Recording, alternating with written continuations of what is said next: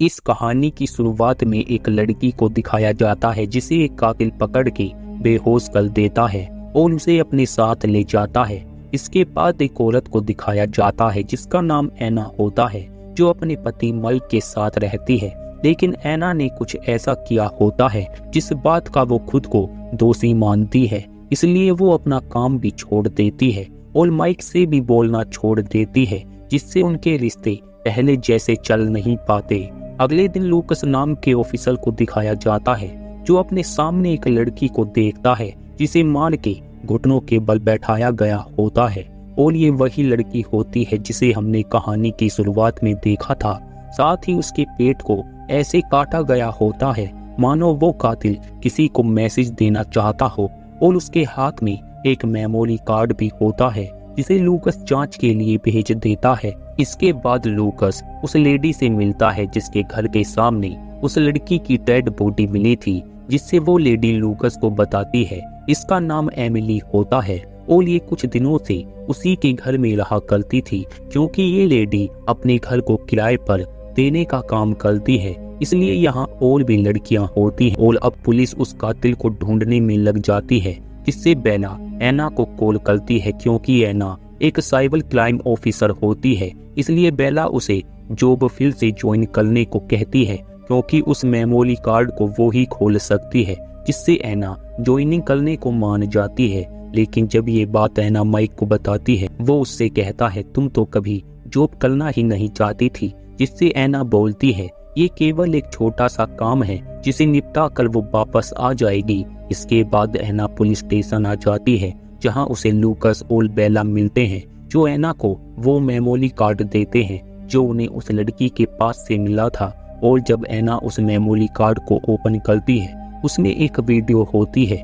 जिसमें वो कातिल उस लड़की का पेट चाकू से फाड़ देता है और उसे मार देता है, लेकिन वो उसे बिल्कुल भी पहचान नहीं पाते क्योंकि उसने नकाब पहना होता है। ये देखकर वो लोग हैरान हो जाते हैं, इसलिए जब वो उस लड़की का पता लगाते हैं, उन्हें पता चलता है इस लड़की का नाम एमिली है, इसलिए वो उस लड़की के घर आ जाते हैं और उसके माता पिता से एमिली के बारे में पूछने लगते हैं क्या उसका कोई बॉयफ्रेंड है, पर इसके बारे में उन्हें कुछ पता नहीं होता क्योंकि एमिली उनसे कभी बात ही नहीं किया करती थी। इसलिए वो उसके कमरे को चेक करने लगते हैं जहां उन्हें सेक्स टॉय मिलते हैं, और इसके बारे में उसके माता पिता को कुछ भी पता नहीं होता। लेकिन जब वो उसका लैपटॉप चेक करते हैं, उन्हें पता चलता है एमिली एक कैम गर्ल होती है जो अपनी वीडियो प्रोफाइल पर डालकर पैसे कमाया करती थी, जहां उन्हें एक आदमी का मैसेज मिलता है जिसने एमिली से कुछ दिन पहले न्यूड फोटो मांगे होते हैं, जिससे उनका शक उस आदमी पर हो जाता है। और जब वो उस आदमी से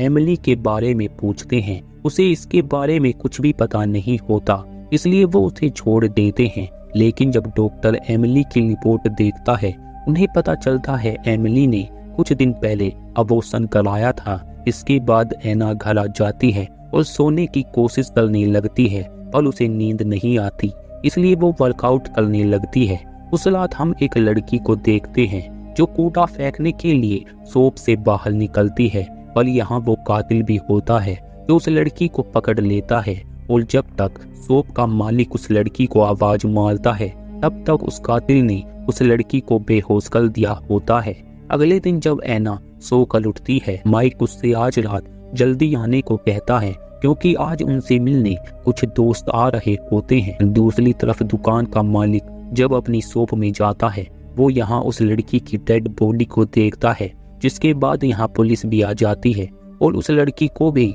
उसी तरह मारा गया होता है जैसे एमिली को मारा गया था। साथ ही उसके पास भी एक मेमोरी कार्ड होता है, लेकिन डॉक्टर उन लोगों को बताता है इस लड़की ने भी कुछ दिन पहले अबॉर्शन कराया था। लेकिन जब ऐना उस मेमोरी कार्ड को ओपन करती है, उसमें एक वायरस होता है जो अपने आप गायब हो जाता है, जिससे ऐना उन लोगों से पूछती है क्या उससे पहले तुम लोगों ने पहला वाला मेमोरी कार्ड किसी से खुलवाने की कोशिश की थी, क्योंकि जो मेमोरी कार्ड एमिली के पास से मिला था उसमें एक वायरस होता है जिससे वो कातिल उनके हर डिवाइस को हैक कर लेता है। इसलिए ऐना सब कंप्यूटर्स को बंद कर देती है, क्योंकि वो कातिल उनकी हर बात को सुन सकता है और उन्हें देख सकता है। लेकिन ये वीडियो अब मीडिया के हाथ लग चुकी थी, इसलिए पुलिस लोगों को चौकन्ना कर देती है। उस रात एना और लूकस एक आदमी के पास जाते हैं जो उस वायरस का पता लगा सकता है कि ये कहां से आया है।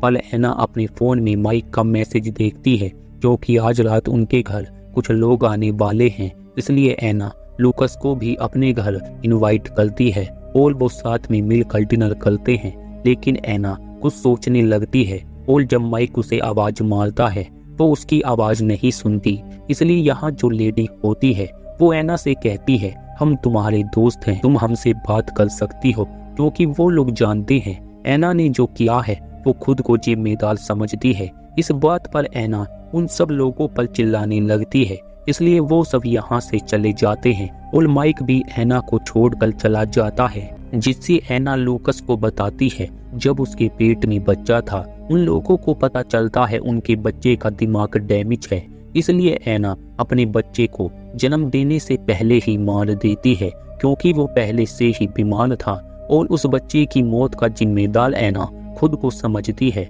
इसलिए एना माइक से भी बोलना छोड़ देती है और लूकस उसकी बात सुनकर एना को आगे बढ़ने को कहता है। उस रात हम एक और लड़की को देखते हैं जिसे वो काफी बेहोश करने की कोशिश करता है और इस बार वो लड़की उससे बचकर भागने लगती है और वो उसे पकड़ लेता है और अगले दिन पुलिस को पता चल जाता है टाउन से एक और लड़की गायब है। लेकिन उन लोगों को पता चल जाता है कि वो वायरस कहां से आया है, इसलिए एना और लूकस उस जगह पर आ जाते हैं जहां खूब सारे कंटेनर होते हैं, क्योंकि वो आईपी एड्रेस यहीं का होता है। इसलिए यहाँ का मालिक जो लोगों को कंटेनर किराए पर दिया करता है वो उन्हें एक आदमी के बारे में बताता है जो उसे हमेशा कैश में पेमेंट दिया करता है। इसलिए वो लोग उस आदमी के कंटेनर तक पहुंच जाते हैं और जब वो उस कंटेनर के अंदर जाते हैं वहां उन्हें वो लड़की मिलती है जो कल गायब हुई थी और वो जिंदा होती है, लेकिन वहां एक सिलेंडर होता है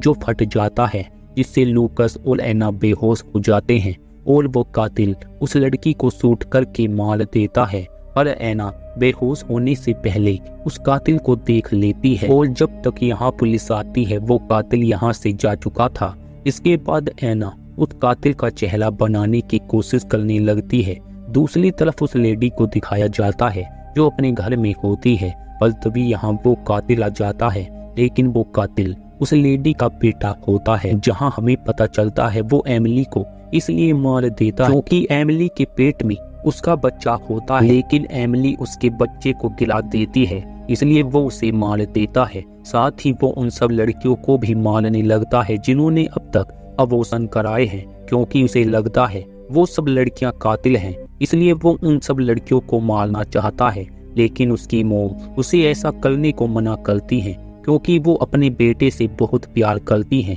इसलिए वो नहीं चाहती वो पुलिस के हाथों मारा जाए। अगले दिन एना एक आर्टिकल छापने को कहती है जिसमें वो उस कातिल के बारे में बताएंगे कि वो कातिल कितना चालाक है, जिससे हमें पता चलेगा ये खबर ज्यादा कौन देख रहा है। इसलिए वो एना के कहने पर आर्टिकल छाप देते हैं और उन्हें 24 घंटे में पता चल जाता है कि किन किन लोगों ने इस खबर को ज्यादा देखा है। इसलिए उन्हें एक आईपी एड्रेस मिलता है जहां ये खबर सबसे ज्यादा बार देखी गई है, जिससे वो उस लेडी के पास आ जाते हैं। जहां उस लेडी से पूछने पर वो उन लोगों को सच बता देती है कि वो कातिल उसका बेटा है। इसलिए वो लेडी उन लोगों से कहती है तुम्हें मुझसे वादा करना होगा कि तुम मेरे बेटे को नहीं मारोगे, जिससे एना उस लेडी से वादा करती है। इसलिए वो लेडी उन्हें अपने बेटे का पता बता देती है और जब वो दोनों उसके पास जाते हैं उसके हाथ में एक रिमोट होता है क्योंकि वो उस हॉस्पिटल को भी उड़ाना चाहता है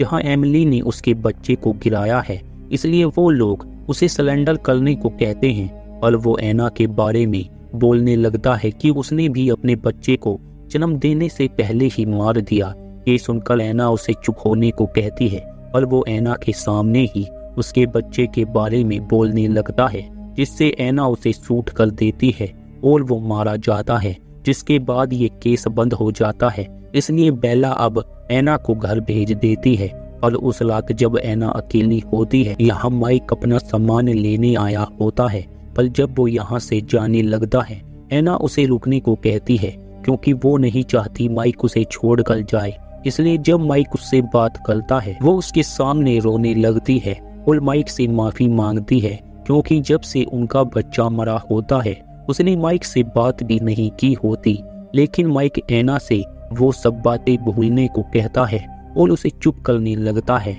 जिससे वो उस रात ऐना के साथ ही सो जाता है। और अगले दिन जब ऐना सोकर उठती है उसके सामने वो लेडी होती है जो ऐना को अपने साथ ले जाती है, क्योंकि ऐना ने उससे वादा किया था कि वो उसके बेटे को नहीं मारेगी और वो उसे मार देती है। और यहाँ लूकस और उसकी वाइफ भी होती है जो कि प्रेग्नेंट है। उन सबको वो पकड़कर यहाँ लेकर आ जाती है ताकि वो उन्हें मार सके, जिससे वो ऐना को एक गन देती है और उनमें से 2 लोगों को मारने को कहती है ताकि वो एक को बचा सके। पर ऐना उनमें से किसी को भी मारना नहीं चाहती, इसलिए वो लेडी लूकस की वाइफ को मार देती है और फिर से लूकस और माइक में से किसी को चुनने को कहती है। और इस बार ऐना अपने आप को ही शूट कर लेती है, जिससे गोली पार होकर उस लेडी को भी लग जाती है और वहीं पर उस लेडी की मौत हो जाती है। अब कुछ दिन बाद का समय दिखाया जाता है जहां ऐना अपने पति माइक के साथ होती है।